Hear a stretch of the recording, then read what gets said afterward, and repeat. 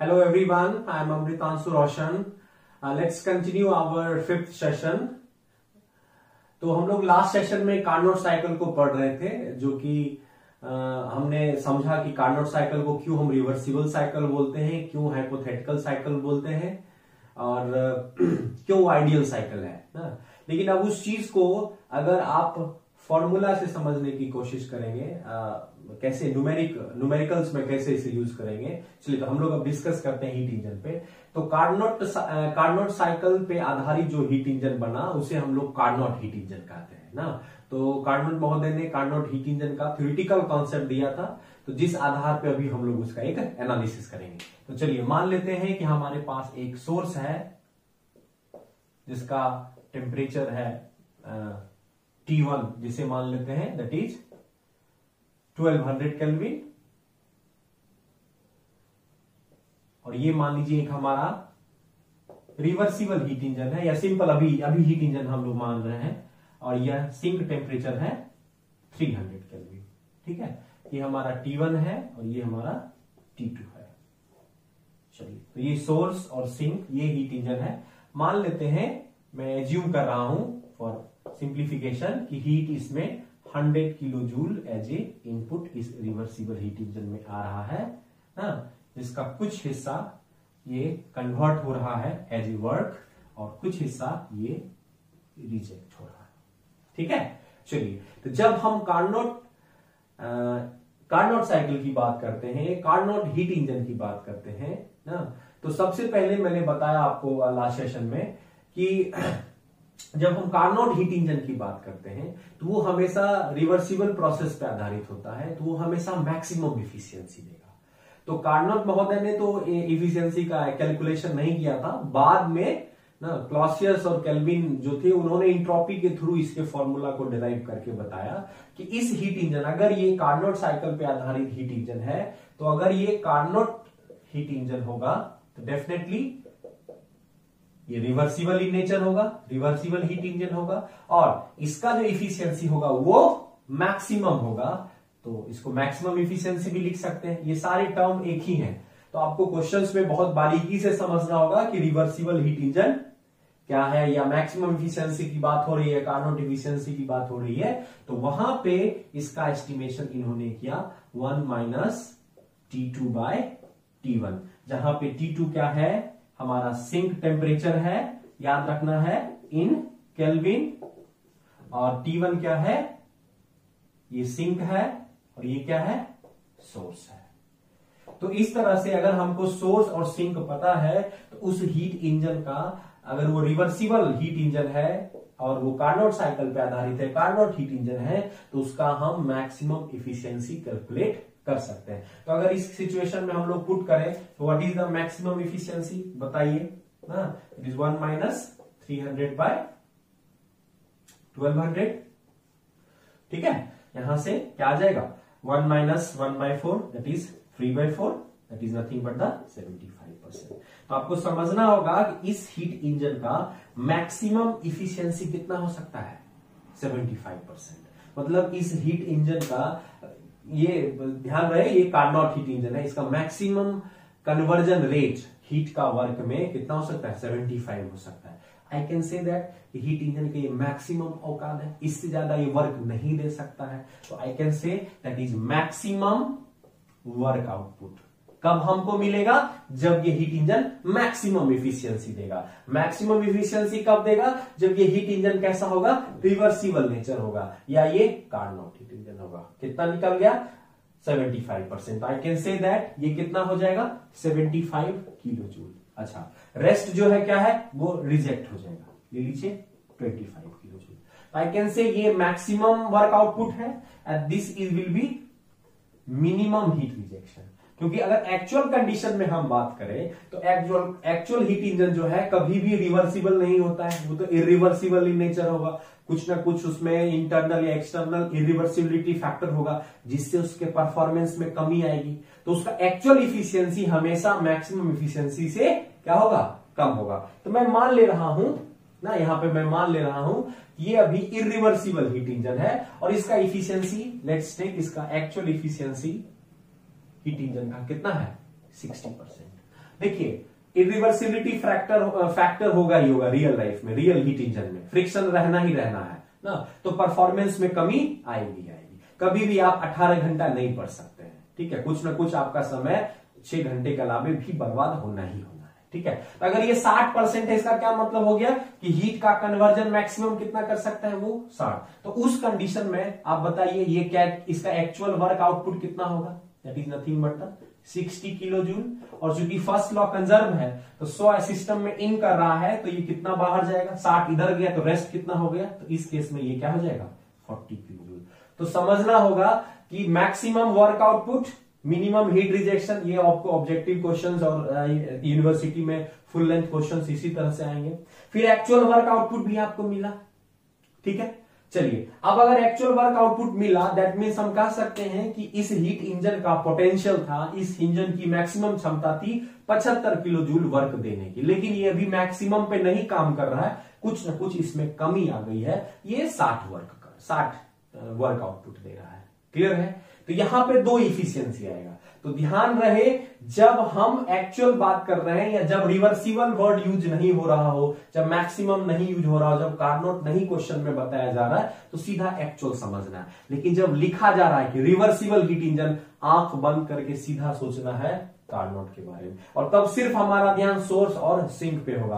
और यकीन मानिए इस पे आधारित बहुत सारे क्वेश्चंस आते हैं और आपको तो पेन भी नहीं उठाना होगा, आप मेंटली सॉल्व कर सकते हैं ना। जैसे ही इस तरह के क्वेश्चंस है, तुरंत सिंक बटा सोर्स दिमाग में लाइए, 300 बटे 1200 कितना हो गया, 1/4, 1/4 1 - 1/4 3/4 75%, तो तुरंत आपका टिक हो जाएगा। ठीक है, तो 100 आया, 75 कन्वर्ट किया, 25 रिजेक्ट किया। ठीक है, चलिए तो ये आपको समझ में आया। एक्चुअल अगर आपसे यहां से एक और क्वेश्चन पूछ सकता है कि बताइए what is loss in work output, इस हीट इंजन में कितना वर्क का लॉस हो गया, तो मैक्सिमम हमको ये मिल सकता था कैसे, on the basis of Carnot efficiency. कैसे निकालिएगा, कई बार क्या होता है आप समझिए, इसका जो मेथड है मैं आपको कन्वेंशनल मेथड बता दे रहा हूं कि जो पहली बार देख रहे हैं वीडियो या पहली बार जो टॉपिक पढ़ रहे हैं कैसे समझेंगे। तो अगर आपको मान लीजिए कार्नोट इफिशियंसी पता है या मैक्सिमम इफिशियंसी पता है, उसको लिखा जा सकता है maximum work output by heat supply. Maximum work output ये आपको चलो नहीं मालूम है, लेकिन ये अगर पता है 75%, ठीक है, ये कैसे निकल गया 75%, इसको हम लिख सकते हैं 1 - T2 बाय T1। यूजुअली ये क्वेश्चन में दिया रहता है, सोर्स और सिंक दिया रहेगा, केल्विन में लेके इसको तुरंत निकाल लीजिएगा। ये इस 3 में कोई 2 चीज रहेगा, एक चीज आपको निकालना होगा। तो अगर मान लीजिए 75% अगर हम निकाल लिए सोर्स और सिंक से, तो यहां से W मैक्स हम निकाल सकते हैं, क्योंकि हीट इनपुट कितना है 100, इधर हम मल्टीप्लाई कर देंगे, चलिए यहां निकल गया W मैक्स बराबर कितना 75 किलो जूल। तो 75 किलो जूल ये वर्क मैक्सिमम ये हीट इंजन दे सकता है, कब, जब ये रिवर्सिबल कंडीशन में हो। और अगर कोई वर्क में लॉस हो रहा है, इसका मतलब वो हीट इंजन में कुछ फ्रिक्शन या और भी कुछ चीजें आ गई है, जिसके वजह से वो रिवर्सिबल से क्या बन गया, इरिवर्सिबल बन गया। तो मैक्सिमम 75 वो दे सकता था, एक्चुअल कितना दे रहा है 60। तो आप बताइए, I hope you are intelligent student, you can tell ना कितना हो जाएगा। तो दोनों को घटा देंगे, तो this is known as loss of work ना। कितना वर्क लॉस हुआ, that is W max minus W actual. अच्छा एक चीज बताइए, ये जो लॉस इन वर्क हुआ वो क्यों हुआ, ड्यू टू इरिवर्सिबल प्रोसेस। ये इरिवर्सिबल प्रोसेस क्यों हुआ, रिवर्सिबल होता तो 75 देता, इरिवर्सिबल क्यों हुआ, क्योंकि इरिवर्सिबिलिटी फैक्टर रिस्पॉन्सिबल है। तो due to some irreversibility factor ये हीट इंजन रिवर्सिबल पहले था, 75 किलो जूल वर्क दे सकता था, लेकिन अब इरिवर्सिबल हो गया है फ्रिक्शन की वजह से या अन्य कारणों की वजह से, अभी कितना दे रहा है 60। इसीलिए इसे लॉस इन वर्क को एक और नाम दिया जाता है, that is called simply irreversibility. तो कई बार इरिवर्सिबिलिटी को अगर आपको कैलकुलेट करना होगा क्वांटिटी में, तो वो यही होगा W max minus W actual, या इसे हम बोल सकते हैं लॉस इन वर्क आउटपुट। चलिए ये बहुत अच्छा क्वेश्चन है माय डियर स्टूडेंट, आप इसको समझ सकते हैं। ठीक है, चलिए अब आप I hope I guess clear है आपका कार्नोट इफिशियंसी क्या है। इसको अगर रियलिस्टिक वे में समझिए ना, तो इसको ऐसे भी समझा जा सकता है ना, चलिए इसको नोट कर लीजिए। अभी मैं आपको एक और एनालॉजी दे रहा हूं ना, एक और एनालॉजी हम लोग बताएंगे कि इसी चीज को हम कैसे समझेंगे, एक्चुअल कंडीशन क्या है और रियलिस्टिक कंडीशन क्या है। चलिए इसे मैं अभी मिटा रहा हूं। इमेजिन करिए ये हीट इंजन है, चलिए ये आप हो गए, ठीक है। इमेजिन करिए यू आर ए सिस्टम, ठीक है। जैसे बेचारे को इनपुट आ रहा है, आपके पास भी है 24 hour, being student you have 24 hour, and what is your desire effect ना, ज्यादा से ज्यादा पढ़ाई करना। बीइंग स्टूडेंट आपका यही चाहता है कि ज्यादा से ज्यादा हम पढ़ाई करें, तो अगर ज्यादा से ज्यादा पढ़ाई करेंगे तो मैक्सिमम आप कितना पढ़ सकते हो, what is your maximum performance, 18 hour max, ठीक है। चलिए और रेस्ट 6 आवर स्लीप आपको करना है, मतलब वो समय आपका रिजेक्ट हो रहा है, जैसे हीट रिजेक्ट हो वैसे समय बर्बाद हो रहा है, ठीक है। तो ये अगर आप ऐसा कर पा रहे हैं तो I can say you are behaving like Carnot heat engine. But is it possible, ऐसा आप कर सकते हो क्या? जनरली आप नहीं कर सकते हैं ना। चलिए मैंने तो अभी तक ऐसे स्टूडेंट को नहीं देखा है, ठीक है। चलिए कुछ ना कुछ तो हमारा समय वेस्ट होगा ही होगा, हमें खाना बनाना होता है या खाना खाना होता है, आप फैमिली से दूर रहते हैं तो आपको इंस्टीट्यूट जाना होगा, कॉलेज जाना होगा, तो वहां भी आपका कुछ समय बर्बाद होगा। एग्जैक्टली 6 घंटा कोई नहीं सोता है, कोई 6.5 कोई 5.5 कम ज्यादा करके हम लोग सोते हैं ना, वो हमारी नीड होती है। तो एक्चुअल परफॉर्मेंस हमेशा, तो मान लेता हूं कि एक्चुअल परफॉर्मेंस कितना है बेचारे का, 10 आवर है। तो 10 आवर है तो 8 घंटा समय ये कहां बर्बाद किया, खाना बनाने में, फ्रेश होने में, घर की साफ सफाई में, इंस्टीट्यूट्स जाने में, कुछ कॉलेज में समय मिला वहां आपने, तो 8 घंटे आपने बर्बाद किए, वो 8 घंटा इधर काउंट हो गया, ठीक है। Now total our is same. I hope clear है। तो ये हो गया आइडियल स्टूडेंट, और ये जो हमारा हो गया रियल हो गया। चलिए इसमें हम ये कर सकते हैं कि हम 18 घंटा नहीं पढ़ सकते, आई ट्राई टू इंप्रूव। तो यही समझना है कि सेकेंड लॉ में कार्नोट इफिशियंसी का यही यूटिलिटी है, यही उपयोग है, यही मेन काम है कि आपको एक्चुअल आइडिया देगा कि आपका हीट इंजन का परफॉर्मेंस कैसा है ना। तो इसका परफॉर्मेंस मैक्सिमम इतना था, ठीक है। जैसे मैं आपको एग्जांपल बताऊं कि विराट कोहली है, ठीक है, उसने एक मैच में, ठीक है, 30 रन बनाए 40 गेंद में, ठीक है, जबकि उसमें पोटेंशियल है सेंचुरी लगाने का, लेकिन due to some problem concentration उसका अच्छा नहीं है, तो बेचारा जो है 30 रन बना के आउट हो गया, ठीक है। तो अब अगर वो कार्नोट की तरह वर्क करता तो सेंचुरी लगाता, बिल्कुल आइडियल, कोई प्रॉब्लम नहीं, चौके छक्के लगा के वो सेंचुरी लगाता, ठीक है। लेकिन वो अभी रियल में खेल रहा है तो कुछ उसको प्रॉब्लम है, टेक्निक प्रॉब्लम है, कंसंट्रेशन प्रॉब्लम है, तो 30 रन पे आउट हो गया। तो आई कैन से वहां पे जब वो अपना एनालिसिस करेगा तो वो देखेगा ना कि मैं मैक्सिमम सेंचुरी लगा सकता था लेकिन मैं 30 पे ही आउट हो गया। तो वहां पे हमेशा इंप्रूवमेंट का स्कोप होता है, ठीक है, वहां पे आप अपने परफॉर्मेंस को बढ़ा सकते हैं। तो कार्नोट इंजन का भी वही रोल है, it compares with the real situation, it compares with real cycle, और वो आपको बताएगा कि आप अभी मैक्सिमम परफॉर्मेंस से कितना दूर है। यहां पे 15 किलो जूल हीट लॉस हुआ ना, हम इसको मिनिमाइज कर सकते हैं, हो सकता है हम 75 नहीं 70 किलो जूल वर्क दें, 72 किलो जूल वर्क दें, तो जितना ज्यादा हम वर्क देंगे तो ये एक्चुअल परफॉर्मेंस बढ़ सकता है। तो देयर इज स्कोप, यही हमारा कार्नोट साइकिल का मेन रोल है थर्मोडायनामिक्स में। It is mainly used for the comparison between actual real cycle and Carnot cycle. चलिए तो ये हमने एक एनालॉजी बताया। चलिए यहां पे मैं आपको एक और नए टर्म की ओर ले जाऊंगा जो बहुत ही इंपॉर्टेंट कॉन्सेप्ट है ना। मैंने आपको बताया था कि second law thermodynamics deals with the quality of energy ना। तो हम कैसे किसी भी हीट की क्वालिटी को समझेंगे कि इस हीट एनर्जी में ज्यादा क्वालिटी है और इसमें कम क्वालिटी है ना। अच्छे अच्छे इंटरव्यू में भी ये क्वेश्चन पूछा जाता है, ठीक है, इस पे आधारित। तो सबसे पहले हम एक चीज समझेंगे ना, मैं आपको एक नए टॉपिक की ओर ले जा रहा हूं जिसका नाम है सेकेंड लॉ इफिशियंसी। चलिए तो अभी तक आपने जो इफिशियंसी पढ़ा दैट इज थर्मल इफिशियंसी, उसे हम लोग फर्स्ट लॉ ऑफ इफिशियंसी बोलते हैं, ठीक है।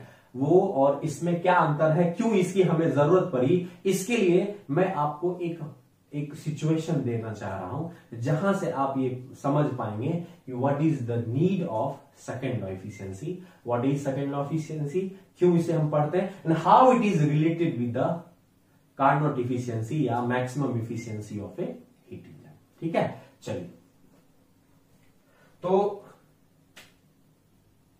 मान लेते हैं ये हमारा एक हीट इंजन है 1200 केल्विन पे। ठीक है, मान लीजिए ये हीट इंजन ए है,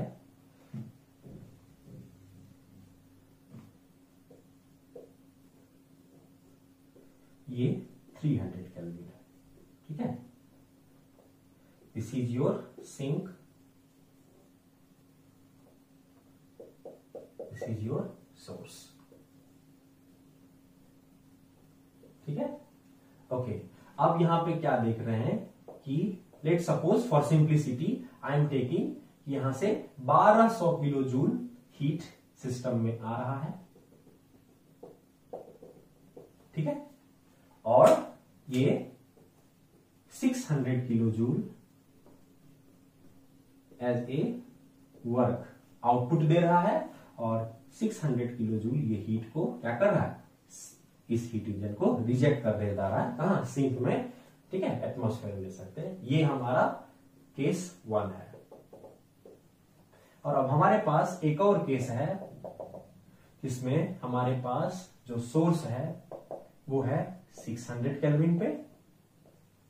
यहां भी हमारे पास मान लो हीट इंजन बी है, यहां पे 600 किलो जूल, ये Q1 लिख सकते हैं इसको।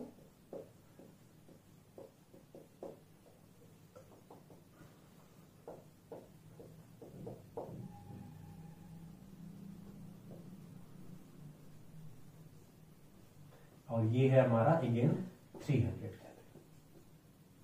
ठीक है, अब यहां पे मैं मान रहा हूं कि ये भी 300 किलो जूल वर्क आउटपुट दे रहा है, और 300 ये क्या कर रहा है, रिजेक्ट कर रहा है। ठीक है, तो अगर अभी यहां पे समझें तो यहां पे देखेंगे कि आपको थोड़ा सा कंफ्यूजन होगा और थोड़ा सा आप गलत कॉन्सेप्ट की ओर चले जाएंगे, या फिर आपके अंदर एक कंफ्यूजन पैदा होगा। क्या होगा कि यहां पे अगर मैं इसका इफिशियंसी कैलकुलेट करूं, what is the efficiency of this heat engine, what is the maximum efficiency of this heat engine ना, तो यहां पे हम देखेंगे दैट इज ना, यहां पे हम देखेंगे एक्चुअल इफिशियंसी पहले देखेंगे। तो actual efficiency work output by heat supply, तो कितना आ गया 600 एज ए आउटपुट बाय 1200, तो आई कैन से 50%।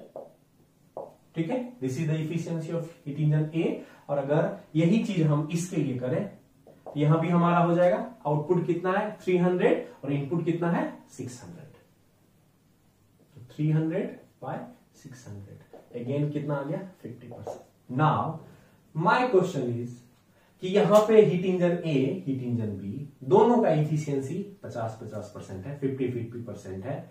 तो क्या मैं कह सकता हूं कि it looks like both are equally efficient, दोनों एक ही जैसा लग रहा है, बिल्कुल इक्वल इफिशियंट है ना। चलिए, क्या दोनों में कोई अंतर है, क्या इसके परफॉर्मेंस में कोई और अंतर हो सकता है, विच इफिशियंसी, आपको क्वेश्चन पूछ सकता है विच हीट इंजन इज बेटर, तो आप कहोगे सर बोथ आर सेम। या अगर आप बोलते हैं ए बेटर है तो कहेगा वाई ए बेटर है, क्योंकि दोनों का इफिशियंसी सेम है। अगर आप कहोगे सर बी बेटर है तो फिर वही क्वेश्चन करेगा, इफिशियंसी तो दोनों का सेम है, then how can you say A is better और बी बेटर। या आप ये आंसर करेंगे इफिशियंसी ऑफ ए बराबर इफिशियंसी ऑफ बी, इसलिए both engine are equally efficient. चलिए, तो यहां पे कंफ्यूजन पैदा हो रहा है, ये बहुत ही इंपॉर्टेंट कंफ्यूजन है। चलिए मैं इसको थोड़ा सा क्लियर करता हूं, यहां आपको समझना पड़ेगा। चलिए इस फिगर को समझने, ये अभी आपको क्लियर हो गया। अभी मैं आपको एक और एग्जांपल देना चाह रहा हूं। ठीक है, एक एग्जांपल हम लोग और लेंगे, उसमें समझेंगे।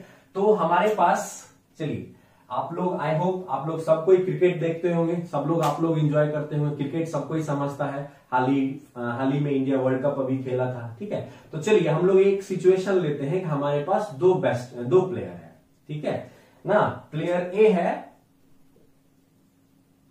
जिसने 30 रन 30 रन बनाया आउट ऑफ 40 बॉल्स। ठीक है, और एक और प्लेयर है, अभी मैं नाम नहीं बता रहा हूं, थोड़ी देर में मैं आपको नाम बताऊंगा, ठीक है, जिसने भी 30 रन बनाया 40 बॉल्स में। ठीक है, तो मान लीजिए ये दो इंडियन प्लेयर है, दोनों ने ए और बी दोनों ने 30 रन बनाए 40 बॉल्स में। हम लोग वो मैच हार गए। ठीक है, जब मैच हार गए तो थोड़ा सा दुख हुआ, तो जो हमारे कोच साहब थे उन्होंने एनालिसिस किया कि भाई हम क्यों हार गए। ठीक है, तो दिखने से तो ये क्या लग रहा है कि दोनों ने सेम रन बनाया, लाइक दोनों बोथ हैव सेम इफिशियंसी ना, एक ही सिचुएशंस में दोनों के पास इफिशियंसी सेम है, तो दोनों का परफॉर्मेंस इक्वल है। ठीक है, चलिए अब थोड़ा सा मैं आपको कंफ्यूजन और बढ़ा देता हूं कि मान लीजिए ये ए जो प्लेयर है वो है विराट कोहली। ठीक है, जिसने कि 30 रन बनाए 40 बॉल में, और दूसरा प्लेयर जो हमारा है बी वो है जसप्रीत बुमराह। आई होप आप लोग सब कोई ये दोनों प्लेयर को जानते होंगे ना, जसप्रीत बुमराह और विराट कोहली। ठीक है, अब आपसे मैं ये सवाल पूछता हूं, दोनों तो 30 रन ही बनाया, क्या बोथ हैव परफॉर्म्ड इफिशिएंटली, दोनों की इफिशियंसी सेम है ना? तो अब आपको समझ में आएगा कि इस सिचुएशन में हम क्वांटिटेटिव एनालिसिस नहीं कर सकते हैं। क्वांटिटेटिव एनालिसिस से कोई डिफरेंस आपको नहीं पता चल रहा है। अगर हम क्वांटिटी की बात करें तो दोनों का इफिशियंसी कितना है, 50% है, 50% है, दोनों ने अपने हीट इनपुट का 50% कन्वर्ट किया। ठीक है, दोनों बैट्समैन दोनों ने इक्वल रन बनाया। ठीक है, लेकिन जब हम देखेंगे तो ये विराट कोहली एक स्पेशलिस्ट बैट्समैन है जिसकी टेक्निक्स बहुत अच्छे हैं, और ये वर्ल्ड का नंबर 1 बैट्समैन है, तो 30 रन 40 बॉल में इसने बहुत अपने परफॉर्मेंस और अपने पोटेंशियल के मुताबिक बहुत ही कम बनाया है। और जसप्रीत बुमराह जो एक बॉलर है, उसने उसकी जो पोटेंशियल है उस हिसाब से इसने काफी काम किया, या अपने पोटेंशियल के बराबर मैक्सिमम परफॉर्मेंस अपना दिया। लेकिन क्या ये विराट कोहली का मैक्सिमम परफॉर्मेंस है? Virat Kohli is known for run machine ना, वो तो रन मशीन है, रन तो बहुत तेजी से बनाता है ना, काफी फास्ट बनाता है, राइट? तो यहां पे आपको क्लियर होगा। अब हम लोग इस सिचुएशन पे आते हैं। नाउ यू विल रियलाइज कि विराट कोहली ने अपने क्वालिटी के मुताबिक, अपने पोटेंशियल के मुताबिक परफॉर्मेंस नहीं किया। Equally both have performed same, they have scored same run, but both are not equally efficient. आपको समझना होगा इधर, ये दिख तो रहा है लेकिन ये कैसा एनालिसिस है? क्वांटिटेटिव एनालिसिस है। तो फर्स्ट लॉ जो है सिर्फ क्वांटिटी की बात करता है। तो ये जो इफिशियंसी हम सिंपली कैलकुलेट करते हैं, work output by heat input, वो हमारा फर्स्ट लॉ इफिशियंसी है, जिसे हम सिंपली थर्मल इफिशियंसी कहते हैं। ये कभी भी एनर्जी के क्वालिटी के बारे में तो बताता ही नहीं है, ये क्वांटिटी के रूप में बता रहा है कि इतना कन्वर्जन हो रहा है। तो अब क्वालिटी किधर है? ठीक है, चलिए, तो अब यहां फिर हमारा एक ऐसी इफिशियंसी की जरूरत हो रही है जो हमें यह बता सके कि किस एनर्जी में क्वालिटी ज्यादा है। यद्यपि दोनों में ना, अगर हम देखें इफिशियंसी सेम है, लेकिन जो हीट इनपुट है वो हमारे अलग अलग रिजर्वायर से आ रहा है। Quantity wise both are same, लेकिन यहां पे समझना होगा कि दोनों के परफॉर्मेंस में बहुत अंतर है, दोनों में इंप्रूवमेंट में बहुत सिचुएशन हो सकता है कि इसको इंप्रूवमेंट की जरूरत नहीं है, ये अपने पोटेंशियल के मैक्सिमम परफॉर्मेंस परफॉर्म किया है, लेकिन विराट कोहली को परफॉर्मेंस में अपग्रेड करने की बहुत सख्त जरूरत है। हमारे जो कोच होंगे इसको कुछ नहीं कहेंगे, लेकिन इस पे कहेंगे कि Virat Kohli you have not perform very well, तुमको इंप्रूव करने की बहुत जरूरत है। और मे बी नेक्स्ट मैच में ये फिर ना 40 बॉल में 100 रन बना दे, 50 बॉल में 100 रन बना दे। तो ये आपको समझना होगा कि ये कैसे हो सकता है ना। ये बहुत ही इंपॉर्टेंट कॉन्सेप्ट है कि सेकेंड लॉ ऑफ इफिशियंसी से ही हम क्वालिटी ऑफ एनर्जी के कॉन्सेप्ट को समझते हैं। और यहां पे आपको कार्नोट साइकिल काफी हेल्प करेगा, क्योंकि कार्नोट साइकिल किसी भी हीट इंजन का मैक्सिमम परफॉर्मेंस बताता है, किसी भी हीट इंजन का मैक्सिमम परफॉर्मेंस बताता है कि मैक्सिमम हीट का कन्वर्जन कितना वर्क में हो सकता है, उसका मैक्सिमम पोटेंशियल क्या है। This is not the maximum potential of Virat Kohli, this is not the maximum potential of this heat engine, may be this is not, या ये हमें चेक करना होगा कि इसका मैक्सिमम परफॉर्मेंस है या नहीं है। तो अब maximum performance of heat engine कैसे हम लोग चेक करेंगे, तो with the help of Carnot efficiency. अगर कार्नोट इफिशियंसी हम निकाल लेंगे तो इसका मैक्सिमम इफिशियंसी निकल जाएगा, और जब मैक्सिमम इफिशियंसी निकल जाएगा तो इस हीट इनपुट का हमको पता चल जाएगा कि मैक्सिमम कितना वर्क में कन्वर्जन हो सकता था। तब हम देखेंगे क्या यह उससे ज्यादा परफॉर्म किया या कम किया या इक्वल किया ना। चलिए, तो यहां पे आपको समझना होगा। चलिए, तो अगर मैं इस डाटा को, आप लोग ध्यान में रखेंगे, अभी मैं इस डाटा को थोड़ा सा चेंज कर रहा हूं, मॉडिफाई कर रहा हूं, ताकि आप और अच्छे से समझ सके ना। चलिए, तो अगर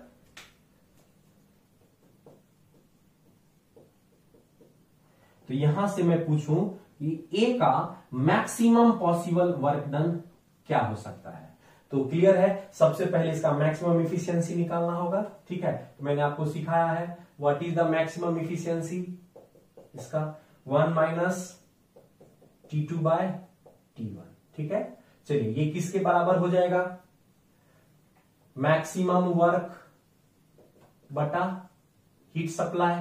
क्लियर है। चलिए, तो अगर मैं इस इफिशियंसी के टर्म में Q1 को इधर मल्टीप्लाई कर दूं, ये हमारा मैक्सिमम पॉसिबल वर्क निकल सकता है ना। तो अगर इस सिचुएशन में पुट करेंगे तो 300 बाय 1200, 1/4, 1 माइनस 1/4, 3/4। तो चलिए, 3/4 इंटू हीट सप्लाई कितना है 1200, 1200।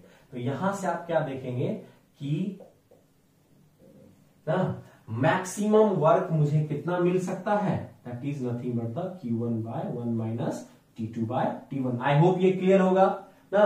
मैक्सिमम इफिशियंसी 1 माइनस T2 बटा T1 बराबर W max by heat supply. Q1 को उधर ले जाएंगे तो W मैक्स निकल जाएगा, ये हो गया फॉर्मूला। तो कितना निकल गया 900 किलो जूल। ठीक है, चलिए, अब आपको याद होगा ये, दैट मीन्स ये हीट इंजन अगर इसको विराट कोहली माने तो ये 30 रन नहीं बना सकता था, इसमें पोटेंशियल सेंचुरी बनाने की थी ना, लेकिन ये एक्चुअल कितना परफॉर्म किया 600 किलो। ठीक है, और अगर हम इसकी बात करें तो यहां पे इफिशियंसी कितना हो जाएगा इसका maximum 300 by 600, half 1 minus half, that is 50%। चलिए, तो ये इसका मैक्सिमम परफॉर्मेंस कितना हो सकता है, इफिशियंसी, मैक्सिमम इफिशियंसी भी इसका 50% ही निकला ना। T2 बाई T1 300 बाई 60 यहां कर सकते हैं, देख सकते हैं आप ना। तो ये हाफ हो जाएगा इंटू 600, तो कितना आ गया, ये भी कितना आया 300 किलो। तो अब आपको समझना होगा कि इस हीट इंजन का मैक्सिमम पोटेंशियल इतना ही था 300 किलो जूल देने का। ठीक है ना, इसका मैक्सिमम परफॉर्मेंस इतना ही था देने का, तो ये उसने अपना मैक्सिमम दिया। लेकिन इसको आपको समझना होगा कि इस हीट इंजन में ये मैक्सिमम परफॉर्मेंस नहीं दिया ना, इस हीट इंजन ने अपना मैक्सिमम परफॉर्मेंस नहीं दिया, ये परफॉर्मेंस अंडर परफॉर्म किया और ये अपने पोटेंशियल के मुताबिक परफॉर्म किया। तो अब आपको समझना होगा ना, तो इसी एनालिसिस करने के लिए कि which one is better, which heat engine is better, इसके लिए हम एक नए टर्म को पढ़ते हैं which is known as second law efficiency. जो मैक्सिमम वर्क आउटपुट है, this is nothing but the available energy. इस एनर्जी का जो ऐसा हिस्सा 1200 जूल का, ऐसा हिस्सा 900 जूल जो मैक्सिमम यूजफुल वर्क में कन्वर्ट हो जाए, वही अवेलेबल एनर्जी है। तो हम कह सकते हैं इस हीट इंजन के पास अवेलेबल एनर्जी ज्यादा है, इस हीट इंजन के पास अवेलेबल एनर्जी कम है। यहां एक्चुअल भी है ना। तो अभी आपको सेकेंड लॉ इफिशियंसी निकालना पड़ेगा, और सेकेंड लॉ इफिशियंसी वो क्वांटिटी वाइज दोनों का इफिशियंसी 50-50% है, तो both looks like equally efficient है। लेकिन जब हम क्वालिटी की बात करेंगे तो भी हम सेकेंड लॉ इफिशियंसी निकालेंगे, और जिसका सेकेंड लॉ इफिशियंसी ज्यादा होगा वो इंजन ज्यादा इफिशियंट है, ज्यादा बेटर है ना। चलिए, तो इस चीज को हम लोग समझेंगे। What is second law efficiency?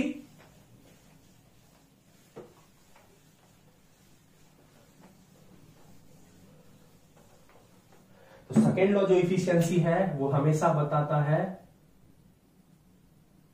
चलिए, तो फर्स्ट लॉ इफिशियंसी क्या हुआ? Simply nothing but the work output by heat supply, it is nothing but the actual work by heat supply. ठीक है, चलिए, हमारे पास एक और इफिशियंसी था, that is called Carnot efficiency और इट्स मैक्सिमम इफिशियंसी। ठीक है, that is nothing but the W max by heat supply.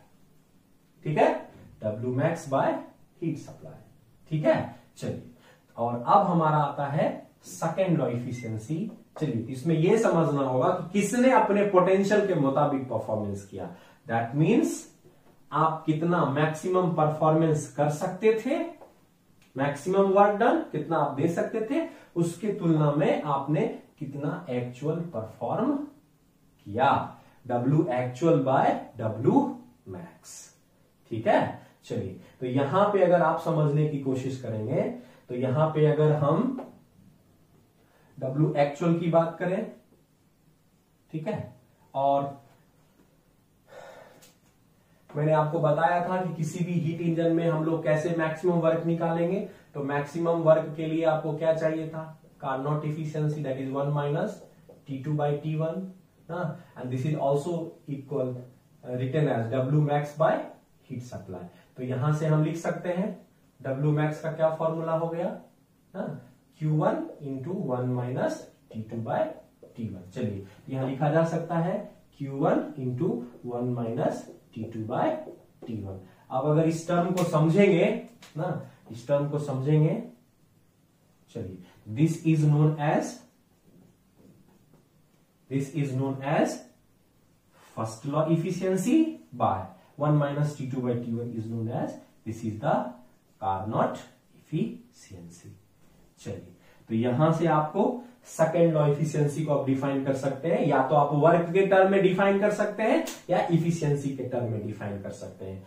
तो इफिशियंसी, फर्स्ट लॉ इफिशियंसी आप निकाल लीजिएगा, actual work done by heat supply बटा कार्नोट। कार्नोट इफिशियंसी हमेशा source और सिंक के टेम्परेचर से निकलता है। अब अगर हम प्रीवियस सिचुएशन में बात करें तो अब देखते हैं कि सेकेंड लॉ इफिशियंसी किसका बेटर है। जिसका सेकेंड लॉ इफिशियंसी ज्यादा होगा उसमें क्वालिटी ऑफ एनर्जी ज्यादा होगा। चलिए, इसको समझने की कोशिश करते हैं।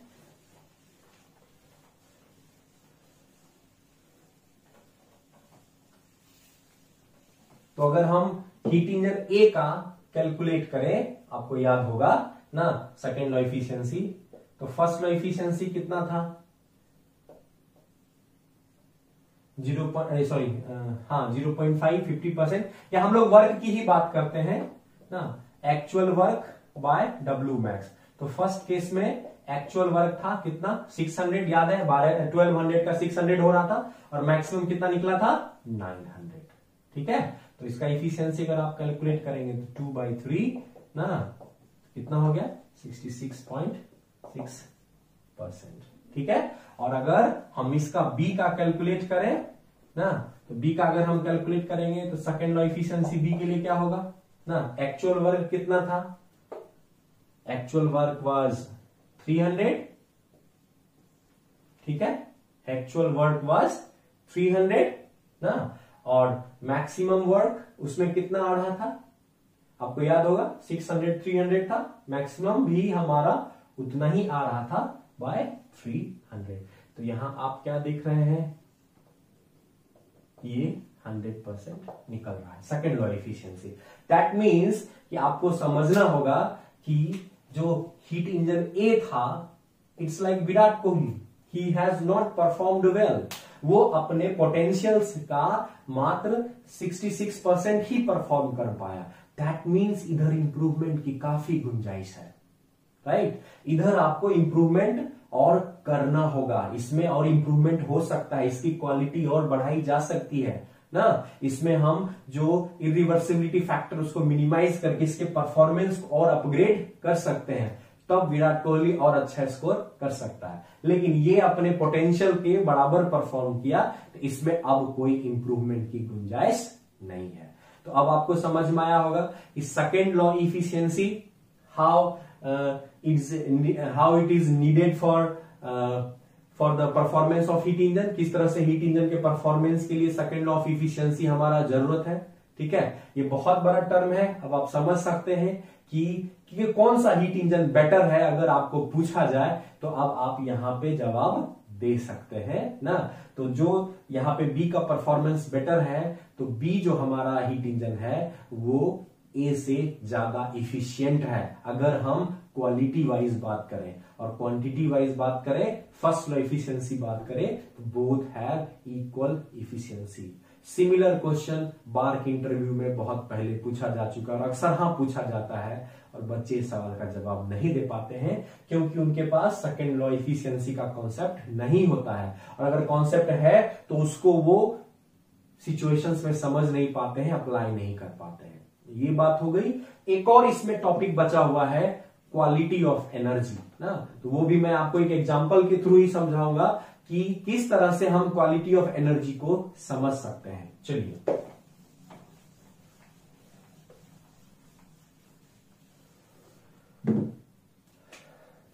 तो मैं इसके लिए 2-3 केस आपके सामने ले रहा हूं। मान रहा हूं कि ये हमारा एक सोर्स है, ठीक है, जिसका सोर्स टेम्परेचर 1500 केल्विन, ठीक है, और हमारे पास एक हीट इंजन है, रिवर्सिबल हीट इंजन है,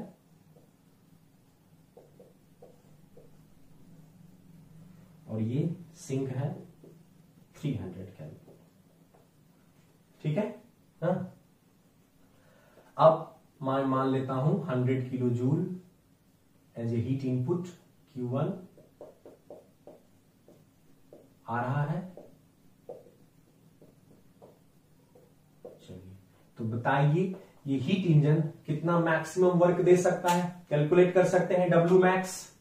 चलिए, W मैक्स का क्या फॉर्मूला है, ठीक है। मैक्सिमम वर्क के लिए आपको मैक्सिमम इफिशियंसी चाहिए, तो मैक्सिमम इफिशियंसी कैसे कैलकुलेट करेंगे, 1 माइनस T2 बाई T1, ध्यान दीजिएगा, 1 माइनस T2 बाय T1, तो ये हो जाएगा 1 माइनस 300 बाय 1500। कितना इफिशियंसी निकला, 1/5, दैट इज 4/5 मीन्स 80%।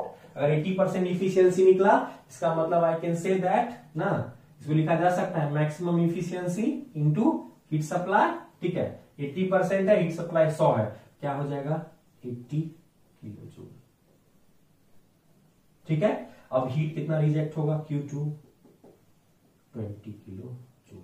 चलिए, अब यही हीट इंजन में ना, चलिए इसी हीट इंजन में हम लोग क्या करते हैं कि थोड़ा सा डाटा को मैनिपुलेट करते हैं, ठीक है, थोड़ा से डाटा को मैनिपुलेट करते हैं। चलिए, साइड में हम लोग इसके रिजल्ट को नोट भी करते चलेंगे समझने के लिए। फर्स्ट केस में मैक्सिमम इफिशियंसी कितना आया, 80%, और W मैक्स कितना आया, 80 किलो जूल, ठीक है। ओके, हीट इनपुट कितना था, 100, ठीक है ना। अब मैं क्या कर रहा हूं, इस सोर्स टेम्परेचर को, सिंक को फिक्स रख रहे हैं, वही रिवर्सिबल हीट इंजन है। अब मैं, ठीक है, इसके परफॉर्मेंस में कुछ कमी ला दे रहा हूं। अब हम लोग 900 केल्विन रिजर्वायर ले रहे हैं, केस 2।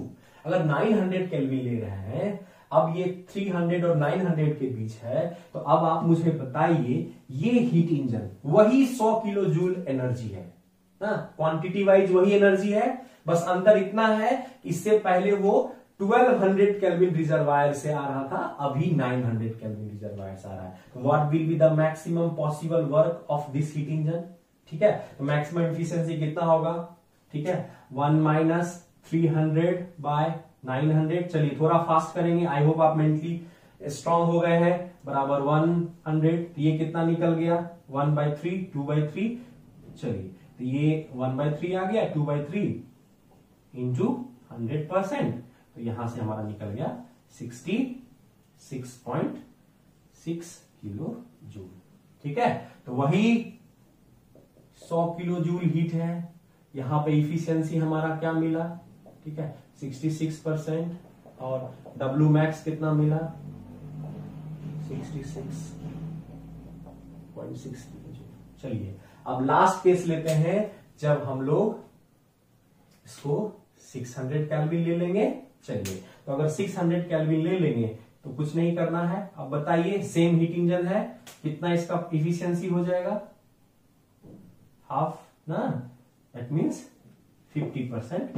ये कितना देगा 50 kilo joule.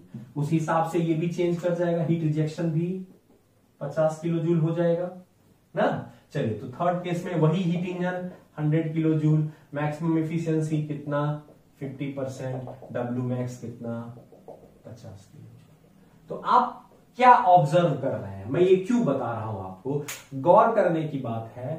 I have same amount of heat inputs to the system. वही हीट इंजन है, वही रिवर्सिबल हीट इंजन ले रहे हैं, कार्नोट हीट इंजन ना, अपना मैक्सिमम परफॉर्मेंस दे रहा है। आप देख सकते हैं तीनों केस में जो इसका डिजायर इफेक्ट है वो बदल रहा है।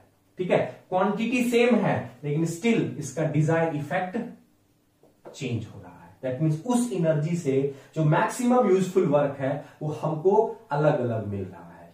यही है हमारा अवेलेबल एनर्जी का कॉन्सेप्ट। अवेलेबल एनर्जी यही है किसी भी हीट इंजन से जो मैक्सिमम वर्क आउटपुट आपको मिले उसे ही हम अवेलेबल एनर्जी कहते हैं। और जिसमें अवेलेबल एनर्जी जितनी ज्यादा होगी उसमें क्वालिटी ऑफ एनर्जी उतना ज्यादा होगा। ठीक है, तो आप ऑब्जर्वेशन से देख सकते हैं कि यह 1500 केल्विन सोर्स से आ रहा था, ये हमारा आ रहा था 900 केल्विन से, और ये आ रहा था 600 केल्विन से।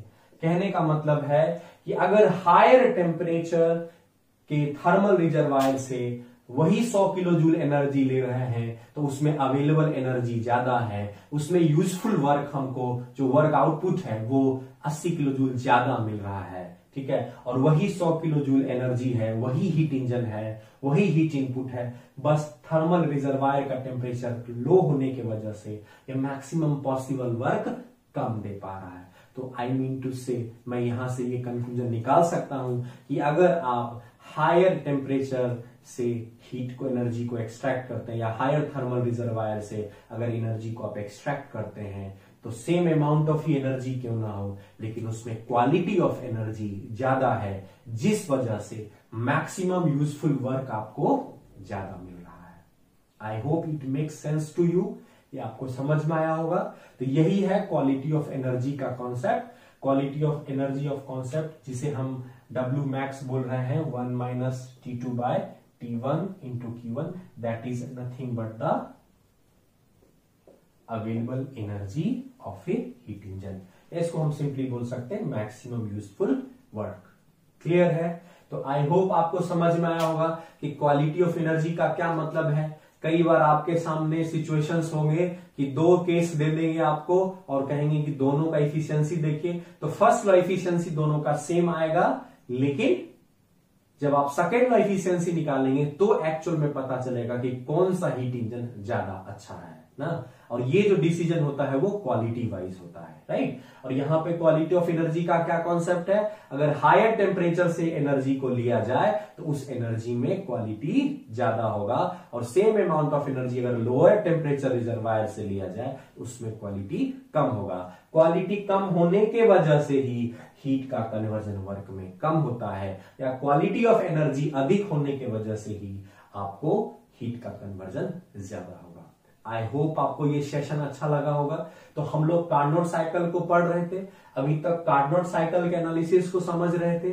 पहले हमने रिवर्सिबल प्रोसेस को समझा, इरिवर्सिबल प्रोसेस को समझा, उसके बाद आपने देखा कि कैसे हम मैक्सिमम यूजफुल वर्क निकाल सकते हैं। अवेलेबल एनर्जी को हमने इंट्रोड्यूस किया। अवेलेबल एनर्जी का ही दूसरा नाम अवेलेबिलिटी है ना, या इसे हम एक्सर्जी भी बोलते हैं। ठीक है, अच्छा, उसके बाद हमने ये समझा कि क्वालिटी ऑफ एनर्जी को हम कैसे समझेंगे, कैसे आप इस क्वेश्चन का जवाब दे सकते हैं। जब हमारा इक्वली एफिशिएंट है लेकिन अलग अलग थर्मल रिजर्वायर पे है, तो कैसे हम बताएंगे कि कौन सा ज्यादा अच्छा एफिशिएंट है। इन तमाम सवालों के जवाब आपको मिले हैं। हाँ, अगले क्लास में हम लोग कार्नोट साइकिल का basic PV diagram, TS diagram और कुछ न्यूमेरिकल उस पे करेंगे। अभी मैंने आपको जितना कॉन्सेप्ट बताया है, इस पे आधारित आप किसी भी यूनिवर्सिटी का क्वेश्चन आप बना सकते हैं, कोई भी कॉम्पिटिटिव एग्जाम का क्वेश्चन बना सकते हैं, और आई होप आपको कहीं ज्यादा दिक्कत नहीं होगी। इसमें एक और इंपॉर्टेंट टॉपिक बचा है, वो है एंट्रोपी, जो हम अपकमिंग लेक्चर्स में उसको डील करेंगे, उसको काफी अच्छे से समझेंगे, वो भी बहुत इंपॉर्टेंट टॉपिक है ना। इसमें सेकेंड कार्नोट साइकिल में अब कुछ क्वेश्चंस है, मे बी अगले सेशन में हम लोग कुछ क्वेश्चंस भी प्रैक्टिस कर सकते हैं ना, और इसको हम लोग समझने की कोशिश करेंगे। आई होप आपको ये सेशन अच्छा लगा होगा। आई होप आपको बहुत सारी एडिशनल जानकारी मिली होगी, आपका अंडरस्टैंडिंग और बढ़ा होगा, बहुत सारी चीजों को आपने समझा होगा। सबसे पहले ये समझा होगा कि आइडियल स्टूडेंट और रियल स्टूडेंट में क्या अंतर है ना। यू कैन बी आइडियल ना, आप रियल ही रहोगे। You can be behave like a Carnot cycle, आप कभी भी कार्नोट हीट इंजन नहीं बन सकते हैं। आप जो है ऑटो इंजन, डीजल इंजन, यही सब आप वर्क कर इसी तरह से बन सकते हैं। लेकिन याद रखिए, हमेशा सोर्स ऑफ इंस्पिरेशन हमें आइडियल सोर्स से ही मिलता है, आइडियल से ही मिलता है। इसीलिए अपने लक्ष्य को आइडियल लक्ष्य रखिए, काफी ऊंचा लक्ष्य रखिए, सो दैट आप मोटिवेट हो सके। आप हमेशा अपने आप को इंप्रूव करने की कोशिश करिए।